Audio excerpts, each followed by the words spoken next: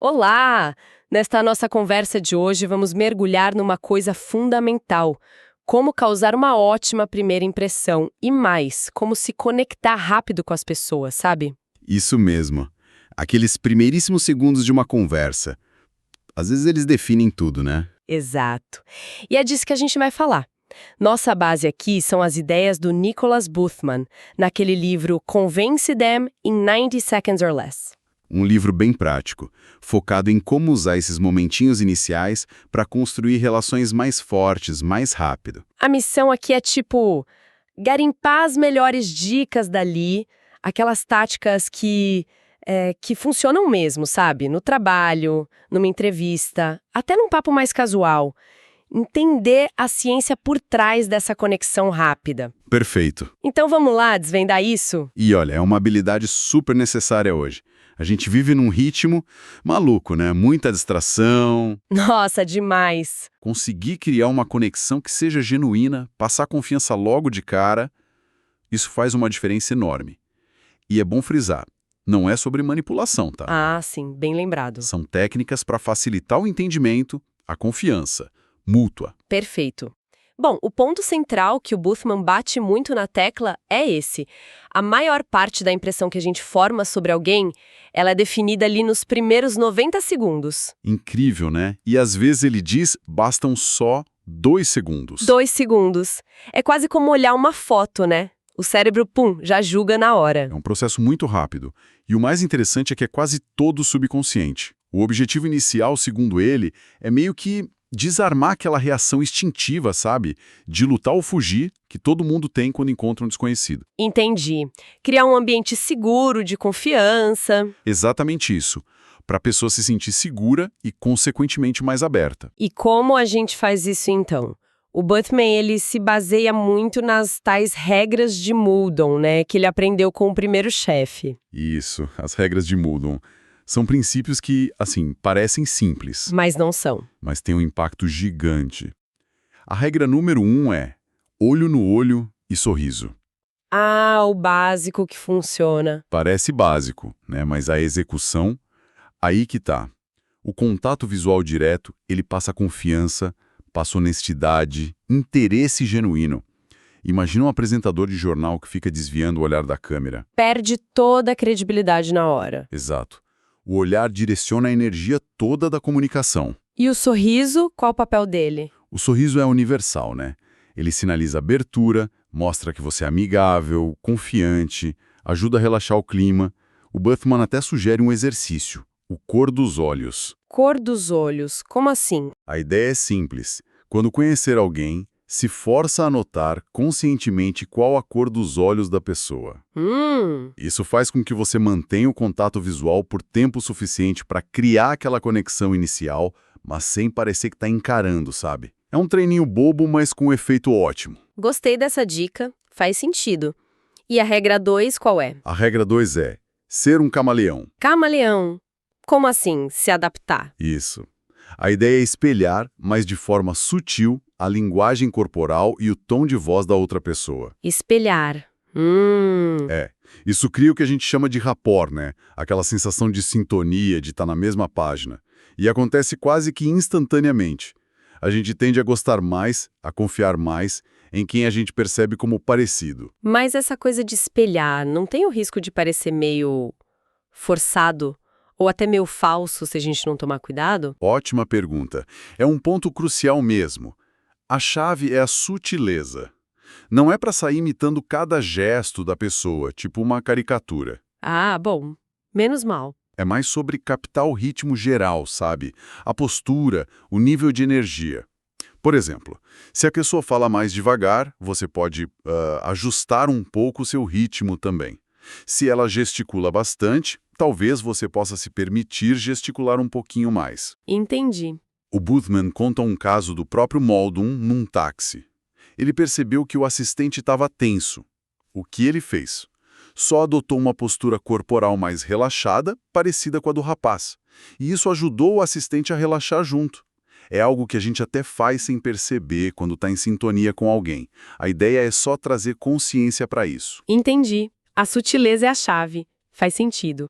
E a terceira regra de Muldoon? A terceira é capturar a imaginação.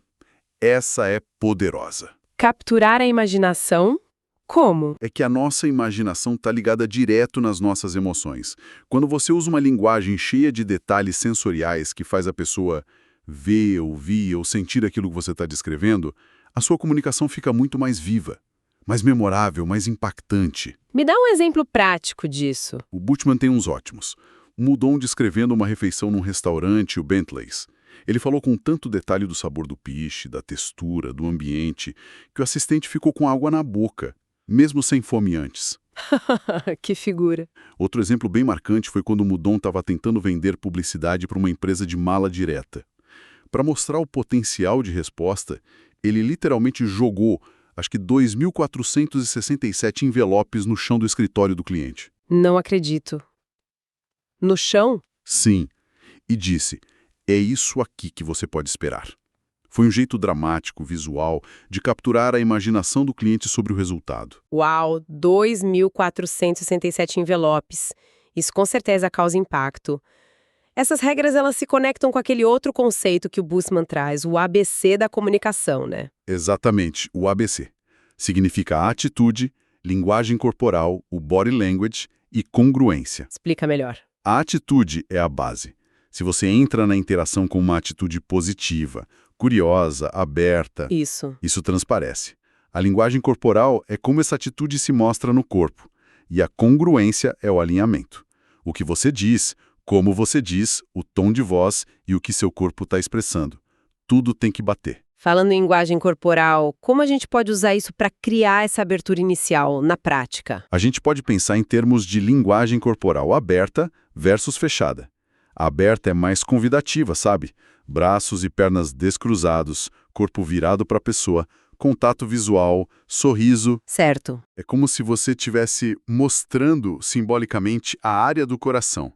Mostra vulnerabilidade, confiança.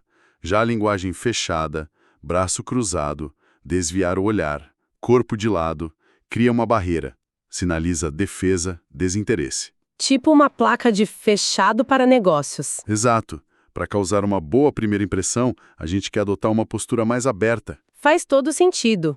E essa ideia de como a gente se comunica vai além do corpo, né? O Bultmann fala muito sobre como processamos informações de jeitos diferentes, usando o modelo VAC. Sim, o VAC. É sobre os nossos canais sensoriais preferidos: visual, auditivo e sinestésico, que é ligado ao tato, aos sentimentos. A maioria de nós tem um canal que domina, pelo qual a gente prefere receber e processar informação. E como é cada um? Pessoas mais visuais pensam muito em imagens, as auditivas em sons, palavras, e as sinestésicas em sensações, sentimentos, no fazer. E como isso se aplica na prática? Tipo numa venda ou numa apresentação? Imagina que você trabalha numa agência de viagens e está descrevendo um pacote de férias. Para um cliente que é mais visual, você vai focar nas paisagens deslumbrantes, nas águas cristalinas, vai mostrar fotos, vídeos. Entendi. E para o auditivo? Para o auditivo, você falaria do som relaxante das ondas, da música ambiente no resort, talvez da conversa animada durante o jantar. E o sinestésico? Para o sinestésico, você destacaria o conforto da cama, a sensação da areia nos pés, as atividades emocionantes que a pessoa vai poder fazer lá. Entende? Adaptar a linguagem para o canal preferido do outro cria uma conexão muito mais forte. Legal. O Bultmann até dá um exemplo de um briefing para fotos de um cruzeiro, né? Que tinha que apelar para os três. Exatamente. Precisava mostrar a beleza visual, prometer o sossego e o silêncio auditivo e destacar o conforto e as atividades sinestésico. E como a gente identifica rápido o tipo VAC de alguém numa conversa? Tem algum truque? Tem algumas pistas, sim. Primeiro, presta atenção nas palavras que a pessoa mais usa. Os visuais falam muito, veja bem, isso parece claro para mim, tem um panorama geral. Os auditivos usam mais, ouça, isso soa bem, me diga mais sobre isso. E os sinestésicos falam coisas como, sinto que, vamos nos conectar, isso não me pegou bem. Interessante. Além das palavras. O tom de voz pode dar dicas. Visuais tendem a falar mais rápido. auditivos de forma mais ritmada, melódica. Sinestésicos, geralmente mais devagar. A postura também, e até para onde os olhos da pessoa vão quando ela está pensando. Nossa, isso já parece mais avançado. Tem umas teorias sobre movimento ocular, mas não precisa se prender tanto a isso. Visuais olham mais para cima, auditivos para os lados, sinestésicos para baixo e para o lado. Mas olha, o principal não é virar um detetive VAC. Não, qual é o ponto então? É desenvolver uma sensibilidade para o estilo do outro e fazer pequenos ajustes no seu próprio jeito de comunicar. O Boothman chama isso de sintonia sob medida, rapport by design. É construir essa ponte de similaridade de propósito, sabe? Em vez de esperar acontecer por acaso. É se adaptar para conectar. Entendi. Adaptar para conectar. Além de adaptar a linguagem sensorial, tem a questão das palavras que a gente usa mesmo. O Boothman fala sobre falar no positivo. Por que isso é importante? Isso é curioso. É porque o nosso cérebro tem uma dificuldadezinha em processar negação direto. Se eu te digo agora, não pense num elefante cor-de-rosa. Eu penso no elefante cor-de-rosa. Exato. O cérebro precisa primeiro criar a imagem da coisa para depois tentar negar. Então, usar frases negativas pode, sem querer, acabar reforçando justamente a ideia que a gente queria evitar. Tem algum exemplo prático disso no dia a dia? Vários. O clássico "não pise na grama" faz a pessoa visualizar o ato de pisar na grama. Ou um pai falando para o filho, não derruba o suco. Quase um convite ao desastre, né? É verdade. No atendimento ao cliente, em vez de dizer sem problemas, que querendo ou não, tem a palavra problema ali, Melhor dizer... foi um prazer ajudar ou, com certeza, disponha. É mais positivo. Boothman cita até um piloto de avião que, tentando acalmar os passageiros, falou algo como: não prevemos mau tempo, não devemos ter turbulência e não antecipamos atrasos. E o que aconteceu? Ele só conseguiu plantar a sementinha da preocupação porque mencionou todas essas coisas negativas. Que insight interessante. É uma mudança sutil, mas que pode fazer diferença, né? E tem também o poder da palavrinha porquê. Essa eu achei demais. Esse estudo é fascinante. Da Ellen Langer, numa biblioteca. Basicamente, o pessoal que pedia para furar a fila da copiadora tinha muito mais sucesso se desse um motivo, usando a palavra porquê. Ok, isso parece lógico. Dar um motivo ajuda. Sim, mas o mais incrível não foi isso. Foi que até um motivo totalmente besta, tipo, posso usar a máquina Xerox, porque eu preciso tirar umas cópias, teve quase a mesma taxa de sucesso, acho que 93%, que um motivo real, tipo, porque tô com pressa, que teve 94%. Sério? Mesmo um motivo óbvio? Sim. E quem só pedia, sem dar motivo nenhum, só conseguia em 60% das vezes. Caramba! Então a palavra porquê funciona meio como um gatilho psicológico. Exatamente. Parece que ela liga um piloto automático na cabeça da gente. Um script de, tem um motivo, então tudo bem, mesmo que a lógica do motivo seja fraca. É um pequeno hack de comunicação que mostra como certas palavras têm um peso enorme. Muito bom. E para garantir que todas essas técnicas estão funcionando, para a gente poder ajustar o rumo, entra o princípio KFC, certo? Isso mesmo. E não é o frango frito. O que significa então? Significa know, saiba o que você quer daquela interação. Find out, descubra o que você está conseguindo, ou seja, preste atenção no feedback da outra pessoa. E change, mude sua abordagem se o que você está fazendo não está te levando para o resultado que você queria. É um ciclo, então. É um ciclo contínuo. De feedback e ajuste. Ou seja, não adianta ficar insistindo numa estratégia que claramente não está funcionando. Tentaram os métodos antigos, não deu certo. Feedback. Certo. Tentaram leilões silenciosos. Melhorou um pouco, mas ainda não era a meta. Feedback de novo. Então mudaram radicalmente. Fizeram um torneio de golfe com celebridades locais, envolveram a comunidade, change. E aí sim, atingiram o objetivo, know. Entendi. Tem que ter clareza do objetivo, ficar de olho nas respostas que recebe e ter jogo de cintura para mudar a tática. Isso. Flexibilidade. Isso me faz pensar sobre o foco da conversa. Muitas vezes, a gente está tão focado em passar nossa mensagem que esquece do outro lado, né? Totalmente. O Buffman traz aquela comparação clássica entre os políticos britânicos Disraeli e o Gladstone. Ah, eu lembro disso. Como era mesmo? Diziam que, depois de jantar com o Gladstone, as pessoas saíam pensando, nossa, que homem inteligente ele é. Mas depois de jantar com o Disraeli, saíam pensando, nossa, como eu sou inteligente. E por quê? Porque o Disraeli tinha essa manha de focar a conversa no interlocutor. Fazia perguntas que estimulavam a pessoa a falar sobre ela mesma, sobre as ideias dela. E a chave para isso são as perguntas abertas, imagino. Sim, perguntas que começam com quem, o que, onde, quando, por quê, como. Elas convidam a respostas mais longas, mais pensadas, fazem a pessoa compartilhar ideias, sentimentos. Já as perguntas fechadas, aquelas de sim ou não, Tipo, você gostou do filme? exato, elas tendem a fechar a porta da conversa. Usar perguntas abertas e, claro, praticar a escuta ativa, prestar atenção de verdade no que o outro diz, com palavras e com o corpo, é fundamental para construir a conexão. Falando em construir conexão e causar impacto, como a gente torna nossa comunicação não só eficaz, mas também memorável, que grude na cabeça da pessoa? Aí entram duas ferramentas muito legais que o Buffman destaca. A primeira ele chama de iCola. iCola, o que é isso? É uma sigla para It's Kind of Like a, que em português seria algo como é tipo um. A ideia é usar analogias, metáforas, comparações. Adoro analogias. Elas funcionam super bem, né? Por quê? Porque elas pegam uma ideia nova, talvez complexa, e conectam com algo que a pessoa já conhece, já entende.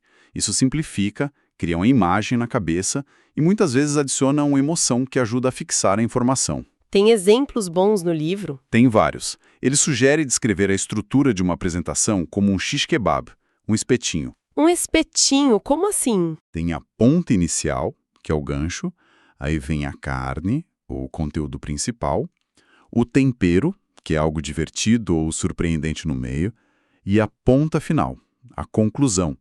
Visual, né? Totalmente. Adorei o espetinho da apresentação. Que massa. Ele fala de explicar um software complicado como se fosse um barco com fundo de vidro, que deixa todo mundo ver o que está acontecendo lá embaixo. Ou até descrever uma candidata a emprego, uma tal de Najiba, como sendo tipo um pitbull leal, protetora, vigilante, para passar rápido as qualidades-chave dela. O shish kebab foi ótimo. E qual outra ferramenta para comunicação memorável? Contar histórias. Storytelling. A gente é meio que programado para se conectar com histórias, né? Com certeza. Elas engajam as emoções, facilitam o aprendizado de um jeito que dado puro, número, raramente consegue. O Buffman sugere uma estrutura bem simples, chamada Stepping Stones, as pedras no riacho. Pedras no riacho. Como funciona essa estrutura? Imagina que você está atravessando um riacho pulando de pedra em pedra.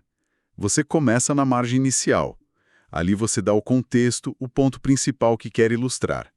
Aí pula para a primeira pedra, apresenta o problema, o desafio. Certo. Pula para a segunda pedra, conta as tentativas de solução que não deram certo. Pula para a terceira pedra, apresenta a solução que finalmente funcionou. E pronto, chegou na margem final, a conclusão, a moral da história, o aprendizado. Que legal, uma estrutura simples e que parece bem eficaz para prender a atenção. Sim, ele mesmo usa essa estrutura para contar uma história sobre como ajudou um vizinho com um problema dos cavalos dele que os turistas ficavam alimentando errado, com maçãs e cenouras. Ilustra bem o poder de falar no positivo e de entender o feedback. Interessante. E voltando lá para os primeirinhos segundos, o livro também dá umas dicas rápidas para abordar pessoas, né? Para quebrar o gelo em eventos, por exemplo. Dá sim. Ele menciona rapidinho a saudação em 5 passos, que é tipo uma aplicação prática daqueles princípios iniciais. 1. Abrir a postura e a atitude. 2. Fazer contato visual. 3. Sorrir de verdade. 4. Falar um simples olá. E 5. Sincronizar sutilmente, espelhar um pouquinho a energia ou a postura do outro. Bem prático. E também a regra dos 3 segundos.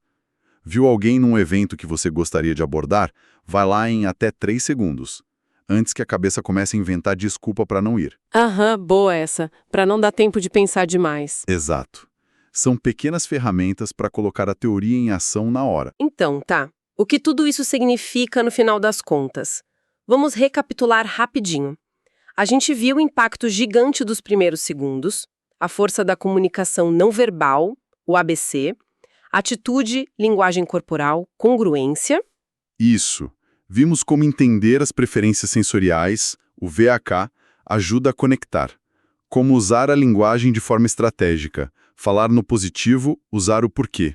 E o ciclo de feedback e ajuste, o KFC, essencial para não ficar dando murro em ponta de faca.